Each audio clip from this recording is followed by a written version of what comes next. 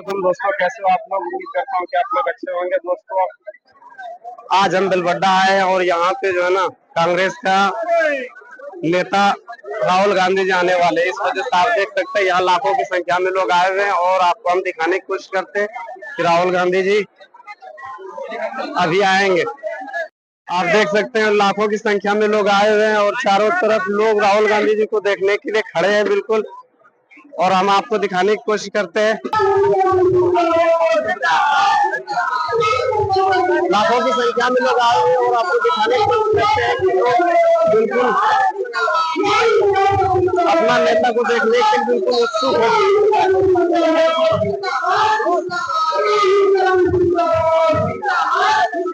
जिस सामने लैंड हो चुका है नेताजी का,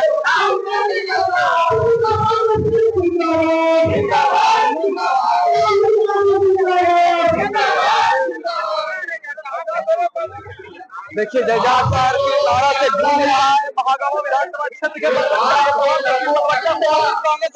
राम संदर विश्वविद्यालय से राहुल गांधी जी का सम्मान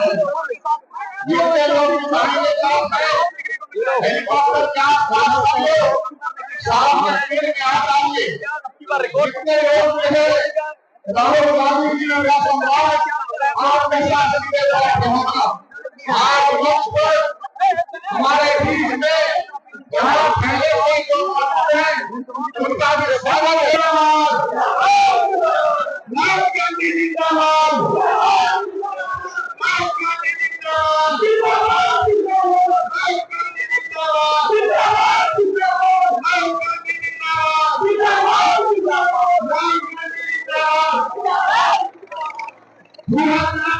जितने भी लोग जितने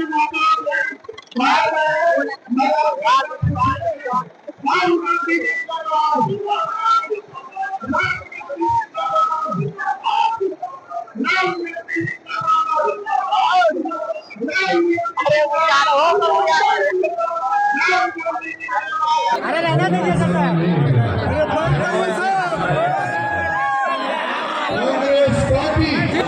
राजनीतिक लड़ाई है, पहना मगर राजनीतिक लड़ाई के पीछे विचारधारा की लड़ाई। कांग्रेस पार्टी और इंडिया को ये जो अम्बेडकर जी का संविधान है इसको आप अच्छी तरह देखिए। ये जो संविधान है इसकी रक्षा करने का काम कर रही है, इसको बचाने का काम कर रही है बीजेपी और आरएसएस। संविधान को, अम्बेडकर जी के संविधान को, गांधी जी के संविधान को खत्म करने की कोशिश कर रही है, कूड़ेदान में फेंकने की कोशिश कर रही है। ये है लड़ाई। ये संविधान बहुत पुरानी किताब है। इसमें जो सोच है ये नई सोच नहीं है, ये हजारों साल पुरानी सोच है। इसमें अम्बेडकर जी की सोच है, गांधी जी की सोच है, बिरसा मुंडा जी की सोच है, फूले जी की सोच है, गुरु नानक जी की सोच है, नारायण गुरु, बसवना, जो भी हिंदुस्तान के महापुरुष रहे हैं उनकी सोच इस किताब में है। एक प्रकार से ये हिंदुस्तान की जनता की आत्मा है, और अगर आज इस देश में गरीबों को अधिकार है, जो आप वोट डालने जाओगे वो आपका अधिकार है, जमीन का अधिकार है, जल व जंगल का अधिकार है। अगर वो मिला है तो वो इसके कारण आप लोगों को हम सबको मिला। इस किताब से पहले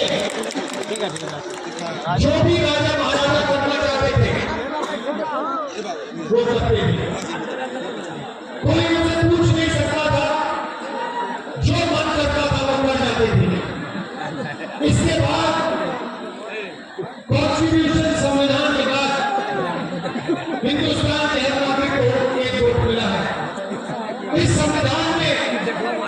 समानता के बारे में लिखा है, भाईचारे के बारे में लिखा है, इज्जत के बारे में लिखा है। नरेंद्र मोदी जी कहते हैं कि राहुल गांधी लाल किताब दिखा रहा है। नरेंद्र मोदी जी इसका रंग जरूरी नहीं है, जो इसके अंदर लिखा है, जो आपने पूरी जिंदगी भर नहीं पढ़ा है, वो जरूरी है। क्योंकि अगर आप इस किताब को खोल लेते और उसको पढ़ लेते तो जो आप करते हो, जो नफरत फैलाते हो, एक धर्म को दूसरे धर्म से लगाते हो, अरबपतियों का लाखों करोड़ रुपए कर्जा माफ करते हो, देश में नफरत हिंसा फैलाते हो, आप नहीं करते। आप हिंसा नफरत इसीलिए फैलाते हो क्योंकि आप संविधान में नहीं है। संविधान में कहीं नहीं लिखा कि हिंदुस्तान के एक नागरिक को दूसरे नागरिक से लड़ाई करनी चाहिए, एक नागरिक को दूसरे नागरिक की हिंसा करनी चाहिए। कहीं नहीं लिखा कि धर्मों को लड़ाना चाहिए, जातों को लड़ाना चाहिए, प्रदेशों को, भाषाओं को लड़ाना चाहिए। और ये काम बीजेपी और आरएसएस के लोग 24 घंटे करते हैं, बंद कमरों में करते हैं। ये देखिए, ये किताब खाली नहीं है, देख लीजिए। इस किताब में हिंदुस्तान की हिस्ट्री है, हिंदुस्तान का इतिहास है, भारत की आत्मा है, किसानों के सपने हैं, मजदूरों के सपने हैं, दलितों की रिस्पेक्ट है, पिछड़ों की भागीदारी है, सब कुछ इस किताब में है। और नरेंद्र मोदी और आरएसएस के लोग इस किताब को मिटाना चाहते हैं। मैं आपसे यहां बोलने आया हूं कि दुनिया, मोदी जी छोड़ो, दुनिया की कोई ताकत इस किताब को नहीं मिटा सकती, क्योंकि हिंदुस्तान में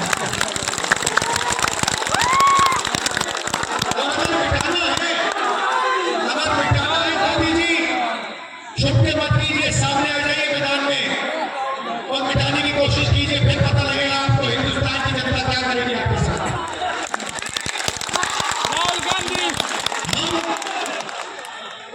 नरेंद्र मोदी से डरते नहीं है। 56 इंच की छाती, मन की बात, इन चीजों से हम डरते नहीं है। नरेंद्र मोदी जी अरबपतियों की कठपुतली है। जो अरबपति कहते हैं वो नरेंद्र मोदी करते हैं। अरबपति आपकी जमीन चाहते हैं, अरबपति आपका जल चाहते हैं, आपका जंगल चाहते हैं। नरेंद्र मोदी आपको मन की बात सुनाएंगे, फिर अंबानी जी की शादी में चले जाएंगे।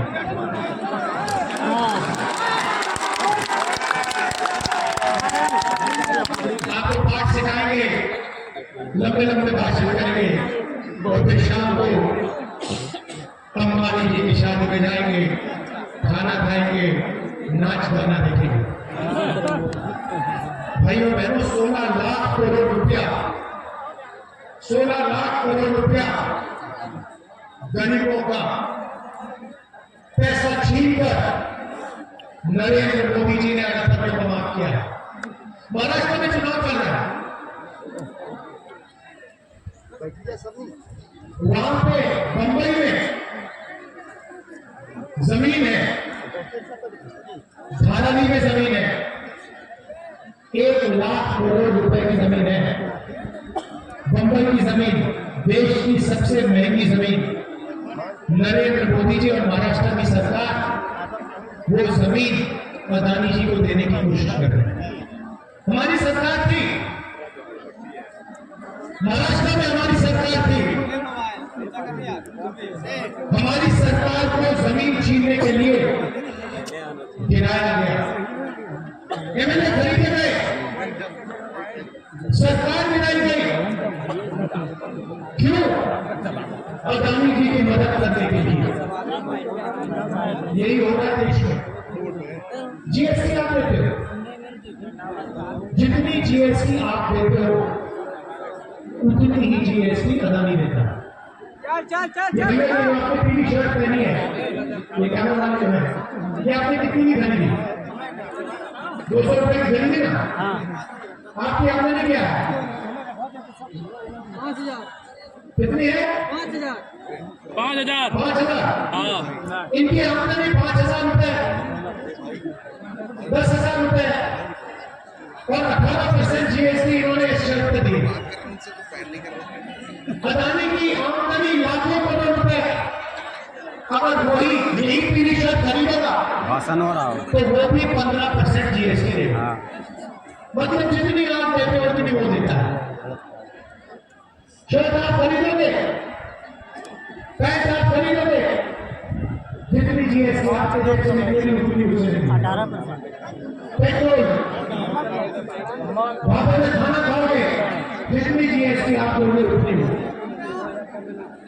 अब जीएसटी का क्या होता है? जीएसटी इकट्ठा होती है और दिल्ली की सरकार हो जाती है और बजट में पैसा बनता है।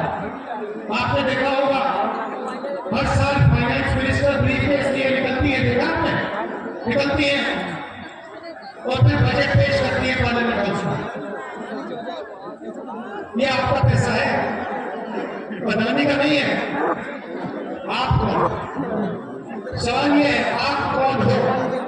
मैं बताता हूं। 15% आप दलित हो, 8% आप थोड़ा ऊपर उठावा। आदिवासी हो, हाँ। कम से कम 50% आप पिछड़े वर्ग के हो, अरे मोबाइल 15% आप इतना ऊपर रखोगे मोबाइल अल्पसंख्यक, सब छोड़ दो, देखिए दीजिए ना मोबाइल 90% लग जाता है। दीजिएगा तो हम क्या करेंगे? तो मैंने पता लगाया ये जो पैसा बजट में बढ़ता है ये बांटता कौन है? मैंने लिस्ट निकाली भाइयों और बहनों, 90 अफसर आपकी सारी की सारी जीएसटी बांटते हैं। वो निर्णय लेते हैं बजट में पैसा कहां जाएगा, झारखंड में कितना आएगा, रेलवे में कितना जाएगा, स्वास्थ्य में कितना जाएगा, शिक्षा में कितना जाएगा, सड़कों में कितना जाएगा, सारे के सारे निर्णय वो लेते हैं। आदिवासी दलितों को कितना मिलेगा, सारे निर्णय 90 लोग लेते हैं। भाइयों और बहनों, 90 लोगों में से एक आदिवासी, आपकी आबादी 8%, आपकी भागीदारी 100 रुपए में से 10 पैसे। मतलब आदिवासी अफसर अगर बजट में 100 रुपए खर्च होता है, आदिवासी अफसर 10 पैसे का निर्णय लेता है। आबादी 8%, भागीदारी 100 रुपए में से 10 पैसे आदिवासी। चलिए दलितों की बात करते हैं। 15% आपकी आबादी हिंदुस्तान है, आपके 90 में से 3 अफसर है और उनकी भागीदारी अगर हिंदुस्तान के बजट में 100 रुपए खर्च होते हैं तो दलित अफसर 1 रुपया का निर्णय लेते हैं। आपकी आबादी 15%, आपकी हिस्सेदारी 100 रुपए में से 1 रुपया। और पिछड़ों की बात करें तो कम से कम आपकी आबादी 50% ऊपर करेंगे 55 भी हो सकती है, 60 भी हो सकती है, मतलब कम से कम 50 है। कोई जानता नहीं क्योंकि जाति संगठन नहीं मानता। और आप 90 में से 3, 90 में से 3 अफसर पिछड़े वर्ग के हैं, उनको पीछे बैठा रखा है। छोटे छोटे डिपार्टमेंट दे रखे हैं, कह रखा भैया तुम लोग पीछे बैठो, तुम्हारी 50% आबादी है मगर तुम लोग पीछे बैठोगे। और 100 रुपए में से उनके 5 रुपए। मतलब अगर आप दलित, आदिवासी, पिछड़ों को सब दे तो 100 रुपए में से आपकी भागीदारी 6 रुपए 10 पैसे। 6 रुपए 50% आबादी, 5 रुपए भागीदारी। इसलिए मैंने कहा है कि जाति जनगणना दिल्ली में और झारखंड में होगा।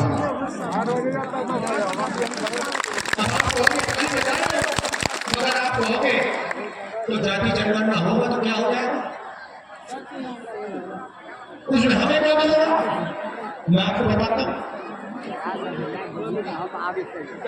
मोदी जी कहते हैं मैं पिछड़े वर्ग की इज्जत करता हूं और फिर धंधा बांट देते हैं। कहते मैं पिछड़े वर्ग की इज्जत करता हूं और 16 लाख करोड़ रुपए रघुपति को दे देते हैं। किसानों का कितना कर्जा माफ किया मोदी जी ने? 1 रुपया नहीं माफ किया। कहते साफ कहते मैं किसानों का कर्जा माफ नहीं करूंगा। किसान कौन है? किसान पिछड़े वर्ग के लोग हैं, दलित हैं, आदिवासी।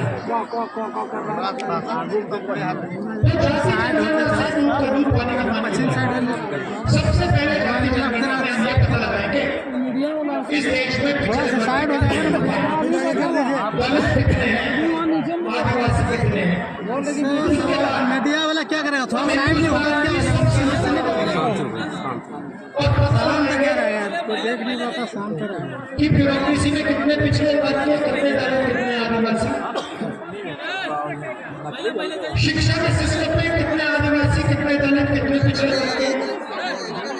पब्लिक सेक्टर में बड़ी बड़ी कंपनियों में कितने पिछड़े वर्ग के, कितने दलित, कितने आदिवासी।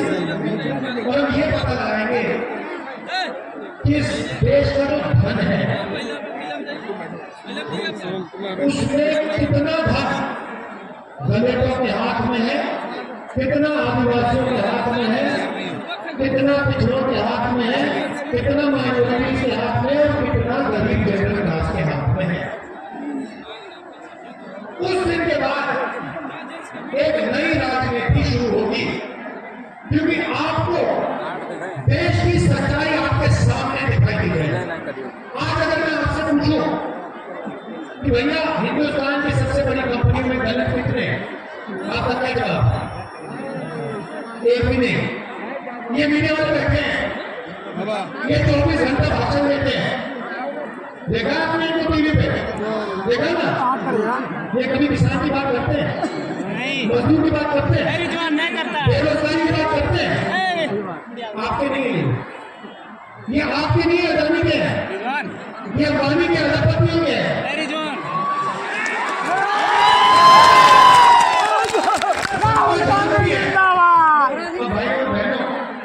इनके जो बड़े बड़े एंकर हैं, इनके जो बड़े बड़े पत्रकार हैं, जो मीडिया बनाते हैं, जो न्यूज बनाते हैं, उनमें एक पिछड़े वर्ग का नाम बता दो,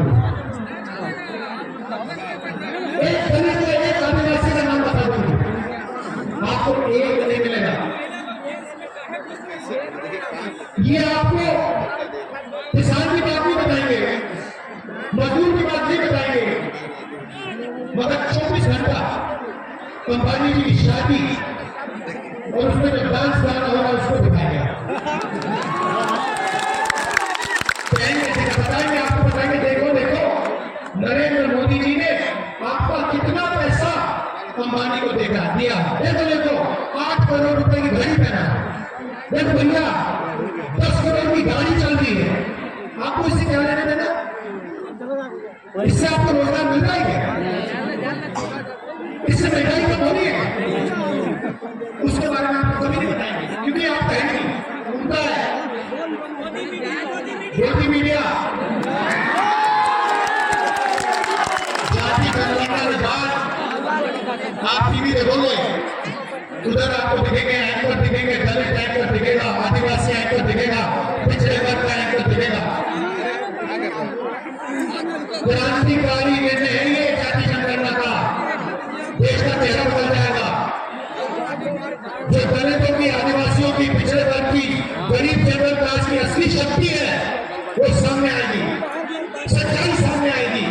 इसलिए मैंने मोदी जी के सामने कह दिया आपको करना है, आपको करना है, नहीं करना मेरी जानता, मुझे कोई फर्क नहीं पड़ता। मगर लोकसभा में कांग्रेस पार्टी की सरकार जाति जनगणना देश को करके दिखाएगी।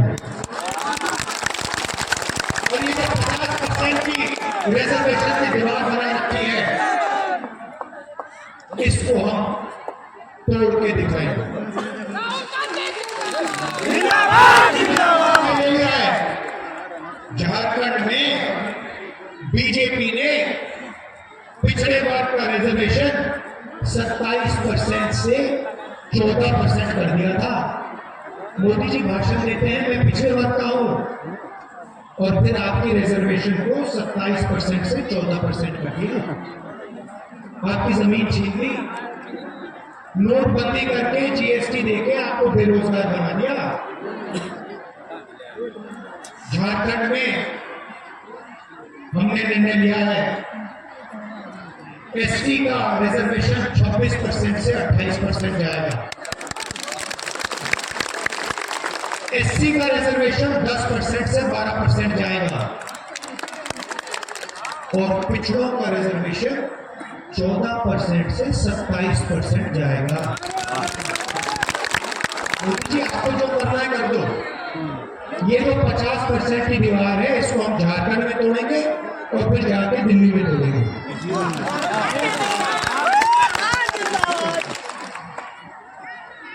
मोदी जी ने आपका पैसा लिया, अरबपतियों को दिया लाखों करोड़ रुपए। अब हमने निर्णय ले लिया है कि जितना पैसा वो उनको दे रहे हैं उतना ही पैसा हम आपको देंगे। इसलिए हमारा पहला काम महिलाओं के लिए सीधा बैंक अकाउंट में हर महीने फटाफट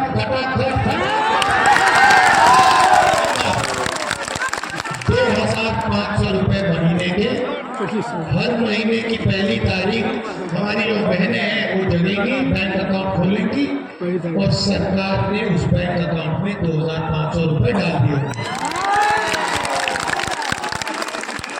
गैस सिलेंडर 450 रुपए का होगा और 7 किलो राशन हर गरीब व्यक्ति को हर महीने मिलेगा।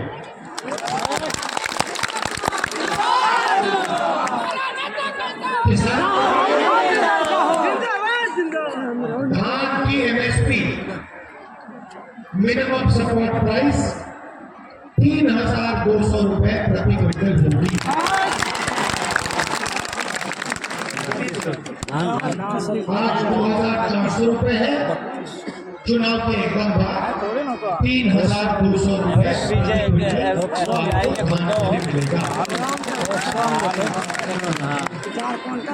गरीब लोग बीमार होते हैं, इलाज करने के लिए प्राइवेट अस्पताल में जाना पड़ता है, दिल का दौरा होता है, स्टेंट लगानी होती है, पैर बदलना होता है।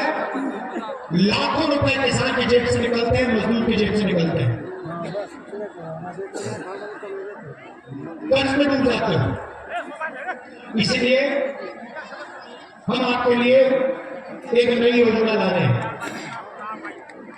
15 लाख रुपए तक का स्वास्थ्य बीमा योजना।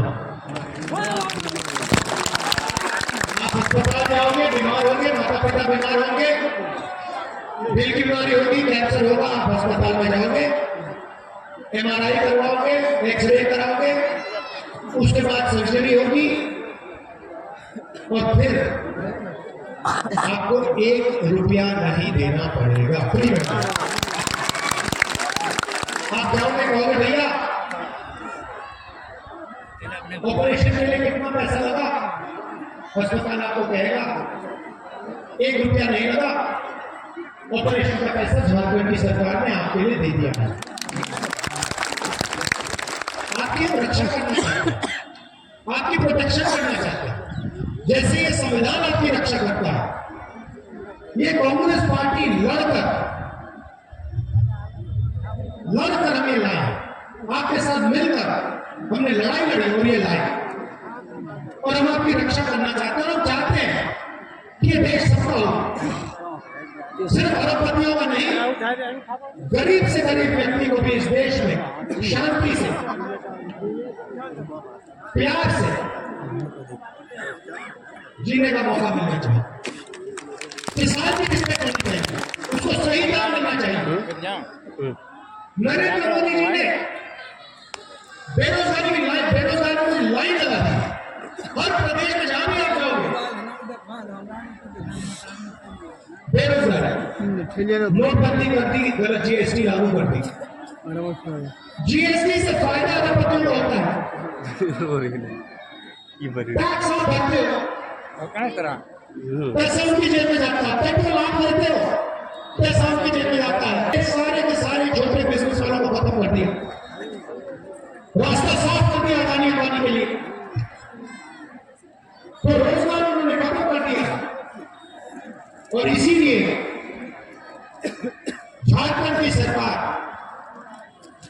अगले 5 साल में 10 लाख युवाओं को रोजगार देने की पूरी कोशिश करेगी।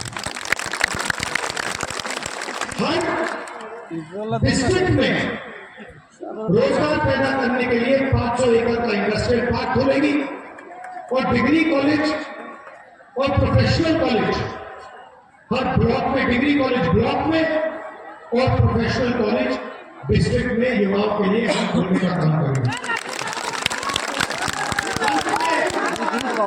अंत में भाई और बहनों, संविधान की लड़ाई है। हमने नारा दिया था और आप इस नारे को गहराई से समझ रहोगे। भारत जोड़ो यात्रा में मैंने कहा था 4000 किलोमीटर चले। उस यात्रा में मैंने नारा एक ही दिया, मैंने नहीं दिया, जनता ने दिया, नफरत के बाजार में मोहब्बत की दुकान खोली। हमारी मोहब्बत की दुकान है, उनका नफरत का बाजार है। और नफरत कभी नहीं काट सकती। नफरत को सिर्फ मोहब्बत ही काट सकती है। और हमने दिखाया कि मोहब्बत के साथ हम बीजेपी के धन को, उनकी नफरत को, उनकी हिंसा को काट सकते हैं, खत्म कर सकते हैं। ये मैं आपको कहना चाहता हूं। आप कांग्रेस पार्टी के कार्यकर्ता हो, हमारी रीढ़ की हड्डी हो, आप हर रोज इसको बचाने की कोशिश करते हो। आरएसएस और बीजेपी से लड़ते हो, उनकी विचारधारा से लड़ते हो। इसके लिए मैं आपको दिल से धन्यवाद करना चाहता हूं।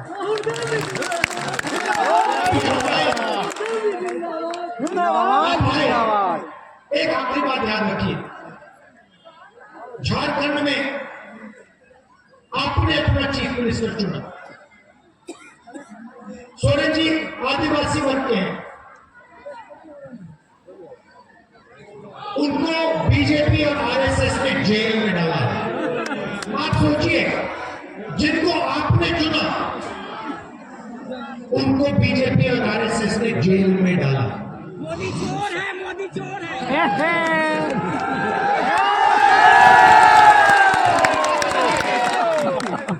मैं आप सबको दिल से धन्यवाद करना चाहता हूं।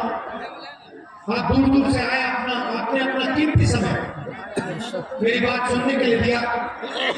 बहुत बहुत धन्यवाद। नमस्कार, जय हिंद, जय झारखंड।